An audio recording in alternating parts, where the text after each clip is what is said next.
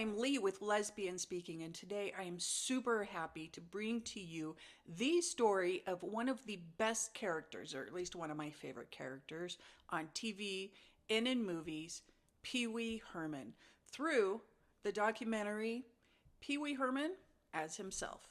Before we begin, I want to remind you that I am also on other apps.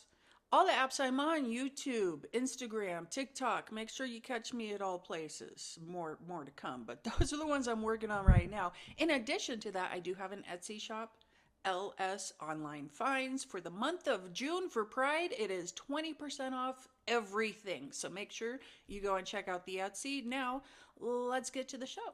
This is probably going to be a two-part series because this is a very long documentary, two-part documentary. So why not two parts? But here we are. Paul is beginning by telling us about his family dynamic and specifically his dad, rough and tough guy. Still a teenager, he got in trouble flying under the George Washington Bridge. Some people in what became Israel were looking for American crazy stunt pilots to help form the Israeli Air Force. And he just said yes. My dad just had a lot of chutzpah. Now, Paul says that his dad had a lot of chutzpah because he was tough. And he would just go and, you want me to train you to fight a war? I'm down. Why not?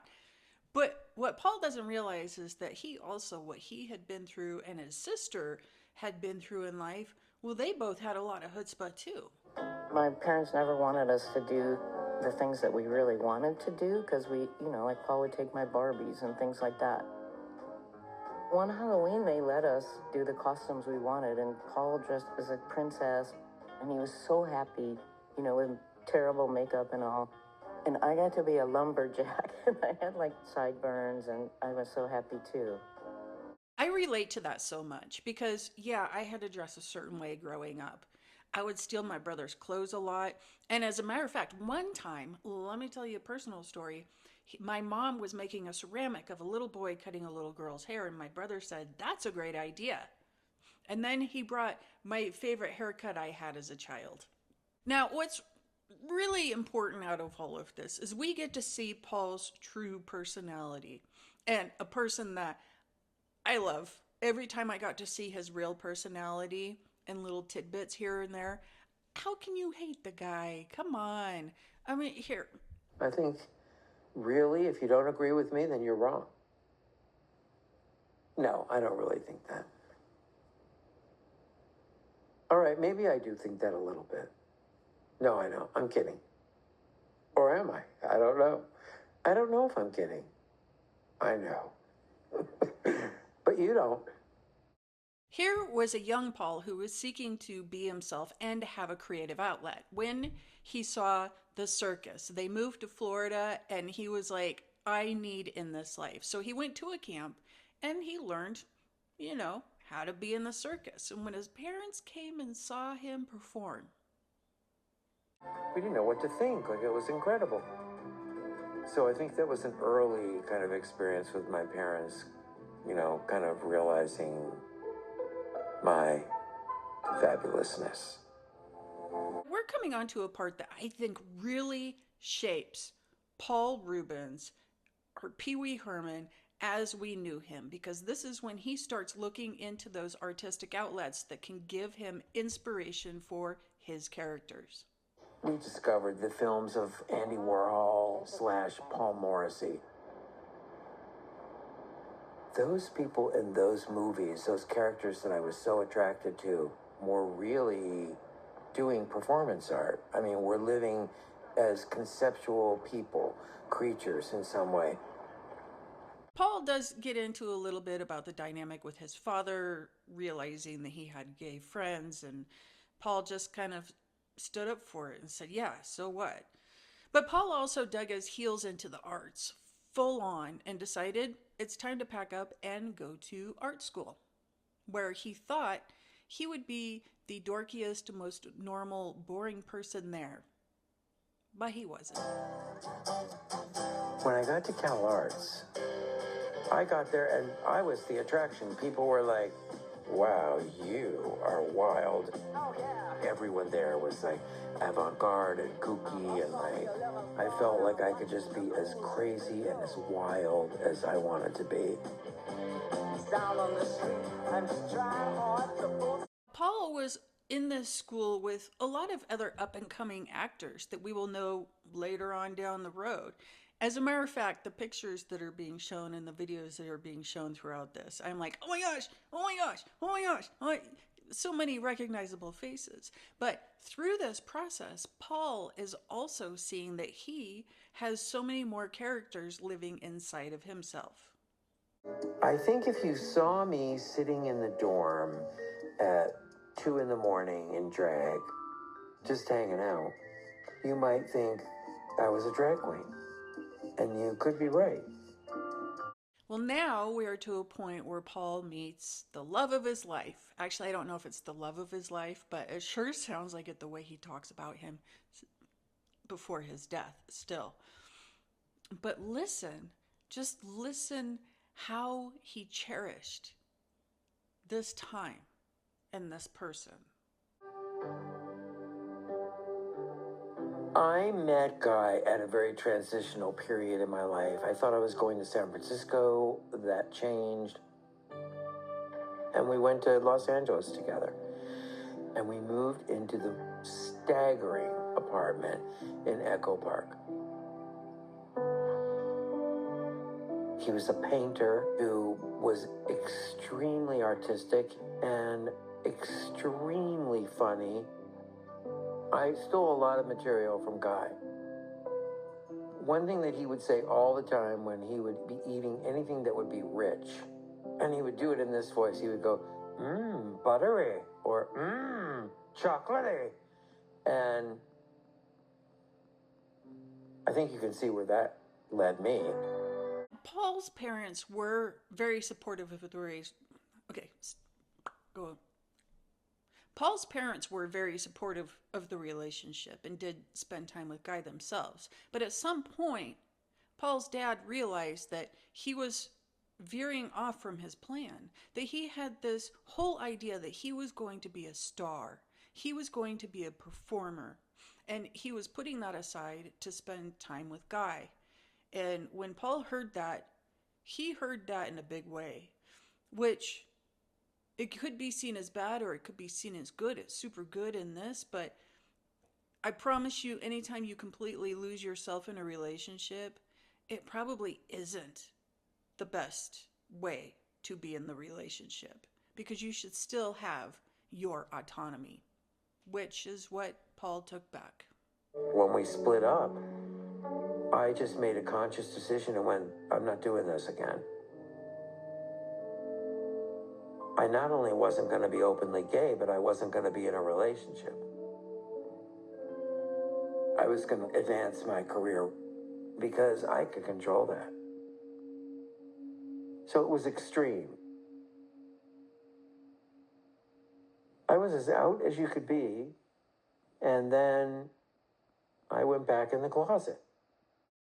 I can feel this because it wasn't long after this that I entered into the military, knowing very well that I would just have to hide who I was. No big deal. You just hide who you are. It's a big deal. As it turns out, it's a big deal. And speaking of going back to the past, the next clip I just want to tell you, this takes me back. Actually, a lot of the clips that he has takes me back to my past, my childhood, and seeing the Comedy Store. I believe it was aired on the Comedy Channel before it was Comedy Central. As a kid, I would watch these comedians, and I knew who Pee Wee Herman was well before that movie came out, and boy was I excited for that.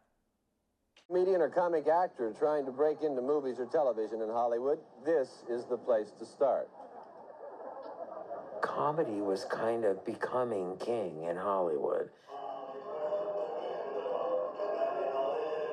It was conceptual and it was experimental to some degree. For those of you at home watching your television sets, if you want to feel the power of Reverend Billy, grab the back of your TV and get a shot. Stand-up comics were getting television shows and movies. As Paul is discovering that comedy is now becoming king in Hollywood, he finds an improv class. That's right, improv. The groundlings. So he takes his butt over there and he auditions to be a part of the course. We were holding auditions just for classes. And Paul's choice was to be a waiter with a tray, one of these guys. And he just walked around from group to group, and all we saw was his reaction on his face to what they were saying. I could steal focus from the best of them. I could steal focus from anybody. I could walk out on a stage in the middle of a scene and do something very subtly that you would just draw right to that. That is a skill. Look, I know I use my facial expressions a lot on my videos. I do that on purpose, and it's because of learning from these guys how to do it. I need to get better at that on stage when I'm doing improv, but I know in front of the camera I'm doing all right. And I would like to thank Paul for that, one of the many people that helped me learn that skill. Now, one of the things that he got to do at the Groundlings was to be able to focus on his character work, which he did so many different characters. And he then stumbled upon one special one who he wanted to give a very special name. I had a little harmonica, a little tiny harmonica this big that said Pee Wee on it. And I thought, Pee Wee. And I knew this kid when I was little who was like this crazy, like really loud, nutty kid. And his last name was Herman. And I thought, Pee Wee Herman sounds so weird that it sounds real. It just didn't sound like a made-up name at all, like Cary Grant or like Rock Hudson or like a made-up name. It sounded, Pee Wee Herman, like if you were making up a name, wouldn't you make up a better name than that? Let's be real here. Pee Wee was a fitting nickname for that character. Absolutely fitting. I mean, we are so lucky that he had that little harmonica, because I couldn't see this character being named anything else. But here's the thing. He didn't just want to create a character to put on stage. He wanted to create a character that people believed, that people saw as a real person. And he got people to see him as a real person. One day I looked in it and there was a listing for contestants for the dating game. And I thought, what if I like put my Pee Wee suit on and audition for the dating game? And I did just that. I walked in and everyone in the room, I was never a head turner. I was that day. I turned every head in the whole room. Now you're probably wondering, before we skip to anything else, did he or did he not get the date? Well, let me show you. Bachelor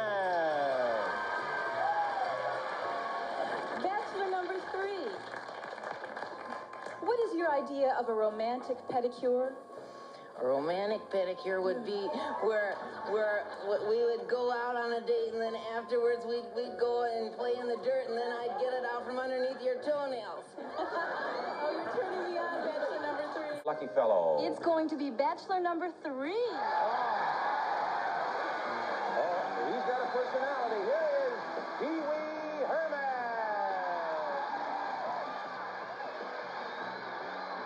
I mean, the fact that he is doing that, and now he's going out on the street wearing it, he is getting used to his character and performance art. And this is something that we would kind of make fun of Johnny Depp for doing, but it works.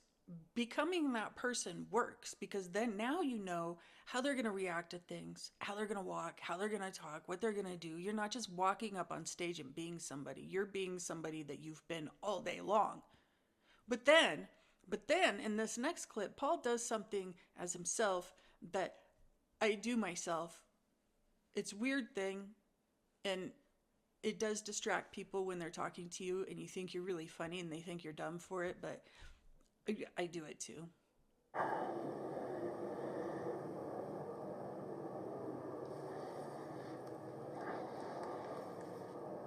But I want to talk about Pee Wee.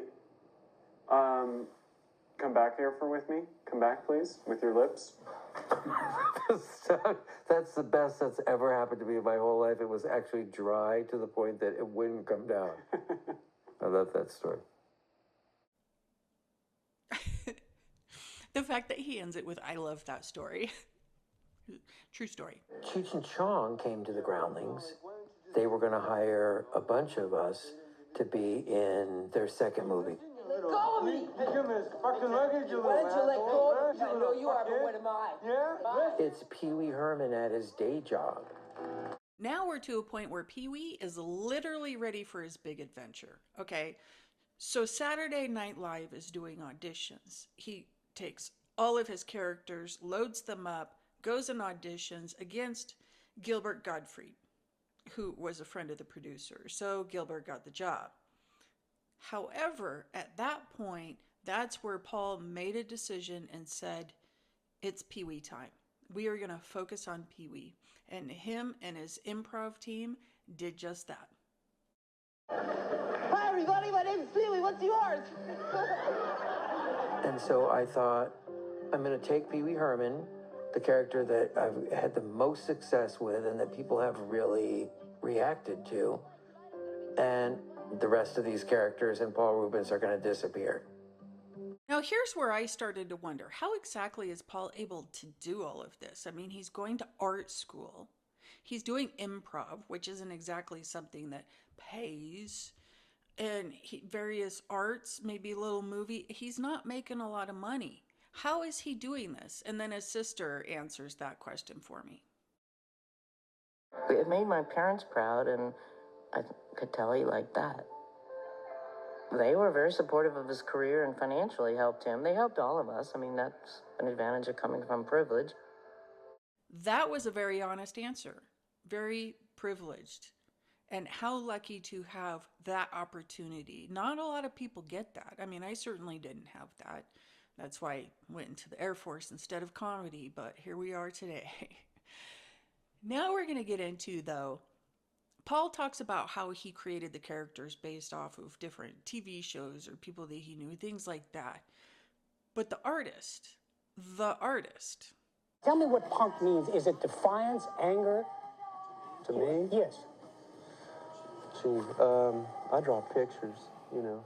Now the Groundlings was ready to play the show, and it was a hit.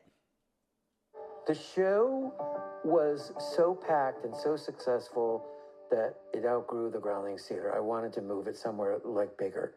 Now, Pee Wee Herman show. Right. Which is a great success. Yeah, it is. Don't look so surprised. Well, I kind of was surprised. I mean, it sure is great to be successful. And you're moving from the Groundling Theater to the Roxy. That's right, up on Sunset Strip. It's a bigger place. Yeah. And for those people who might not know, the Roxy is a rock music place here. One of the big, hot rock music places where people go. Now, a bigger stage brings a bigger audience, which means that now you have these recruiters of different channels coming up here. Recruiters, is that the right word? Maybe not, but I'm going to go with it.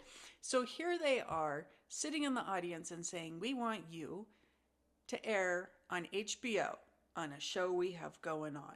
So they go on location. And he gets a spot on HBO, which starts him doing more talk shows, more late night shows.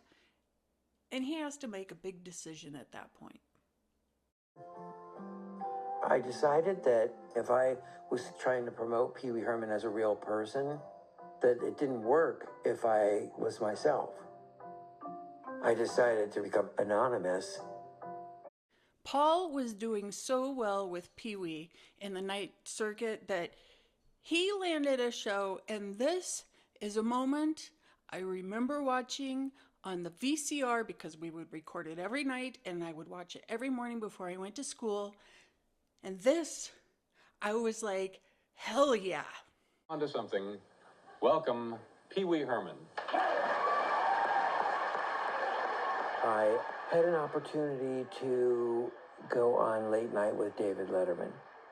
And that show was new and gaining traction at the time. You look great. You look terrific. Thanks. Hey, you brought, you're not nervous, are you? Not a bit. No. This guy's right on my butt. Yeah. Okay. Is that an Edsel, Pee-wee? I don't know. Here, let's see how he likes this. Look. Windshield up!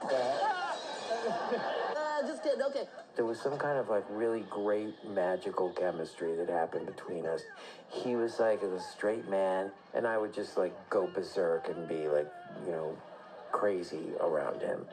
You better drive. David Letterman allowed Paul Reubens to come in and bring Pee Wee Herman literally to life. So much so that Paul started to hide behind the character, meaning that he didn't have to come out. Not only did he not have to come out, but he could elevate Pee Wee in ways that he would be afraid to elevate himself. Now this alter ego starts to take over, essentially. And when that happens, it's time to take the show on the road.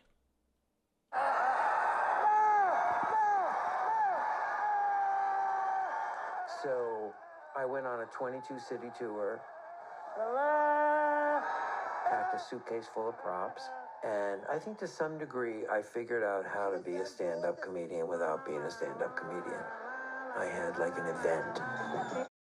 Doing improv comedy like that, it's not easy. Like, your mind is constantly going, but it's also so fun. I used to be wild and crazy like this in the dorms in the military, and people would come to my room to watch the Lee show because, yeah, it was fun. I was just having fun. Now I get on the stage and I'm like, I have to think of something to say. Now there's pressure. But Paul does it so amazingly, so flawlessly. And that gets the attention of Warner Brothers. Hollywood had taken notice of what you were doing. It sure did, in a big way. How could they not? Tell me. Hollywood had taken notice of me in a big way. I mean, how could they not? Really, it was me. Well, Television's Paul Reubens. Come on. Here we are, ready for Pee Wee's big movie, right? And he wants to make it in the style of Pollyanna and just like this innocent type vibe to it, but with all of this crazy quirkiness. And then a very happy accident happens because, well, he complained. This Pollyanna movie, and every day we would walk to the commissary, and while we were walking, people would drive by us on bicycles, and it was a thing on a movie studio lot, and I would always be complaining. I know that sounds like a stretch, but I complained almost every day for weeks. How do you get a bike here? Everybody's riding a bike. One day, there in front of our bungalow is a beautiful, bright orange 1947 Schwinn Racer, and it says property of Pee Wee Herman only. I look at it and I literally go, we're writing the wrong movie, and run inside the bungalow. I rip the paper out of the typewriter and we start typing, Pee Wee Herman loves his bicycle more than life itself. It's like when Phil Hartman and I sat down and literally the Captain Carl Pee Wee scene just flowed out of us. Okay. It's bright orange. Why did I always think the bike was bright red? And now he's telling me it's bright orange. Or did they paint it red? I'm so confused. I feel like I need to learn more about this. Speaking of learning more, you did realize it was Phil Hartman that was with him the whole time, creating these, like, from the improv team. There's a lot of people from the improv team that you know their names, you know who they are. It's just they're everywhere. Famous people are all over the place.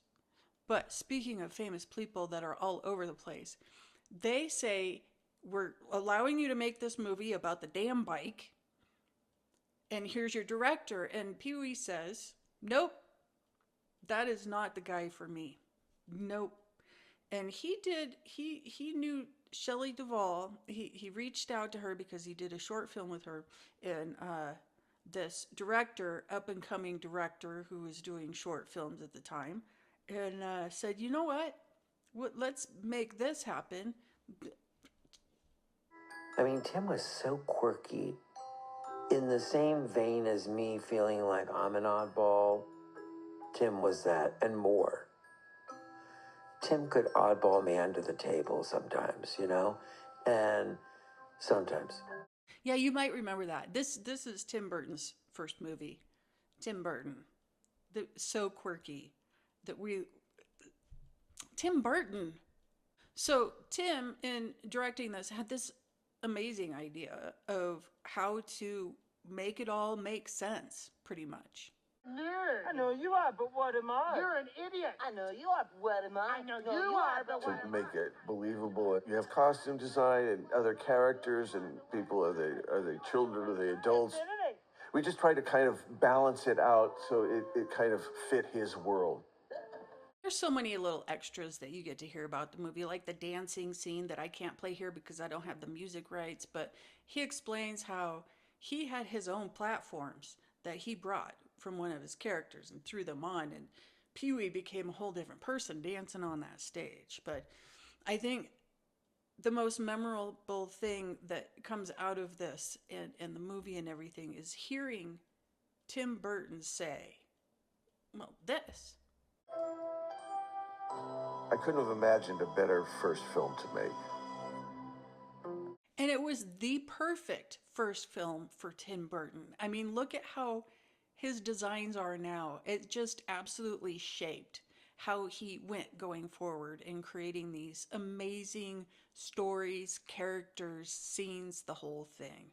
Speaking of creating scenes, when the movie was released, they were kind of honestly worried that maybe everyone isn't going to be into this. They're going to think it's super weird. We might flop on this one. So Paul, being the genius that he is, decided that he would make a huge party, red carpet event and become literally the first social media influencer.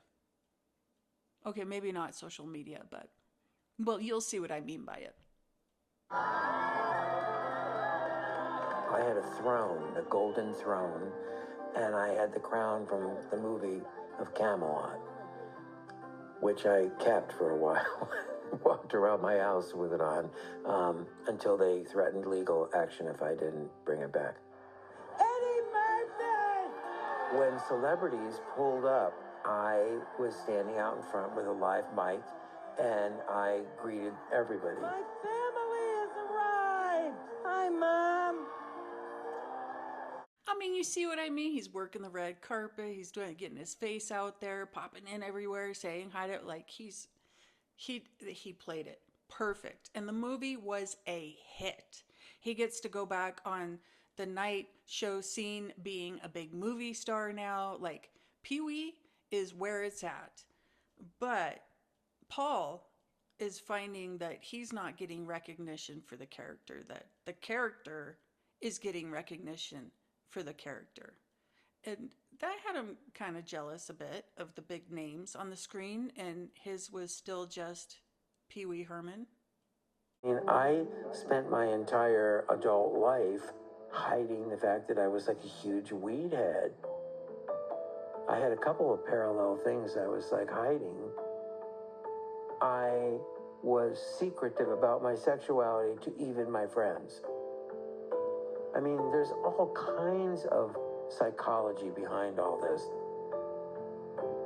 Some of what fits into like self-hatred or self-preservation. I did some early films that I thought later when I started to become famous, like this might be good to somehow not be around. And I was extremely successful at making that happen.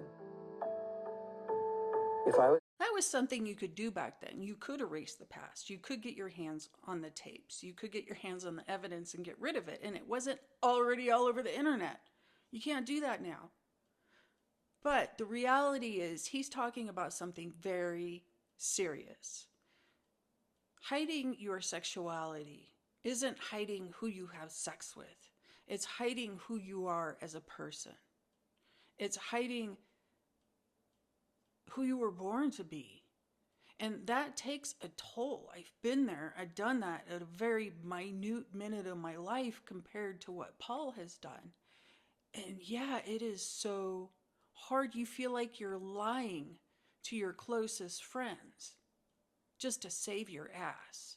And it makes you feel disingenuous and just completely like an asshole. By the time I realized that you trade in anonymity and privacy for success, the ink had dried on my pact with the devil.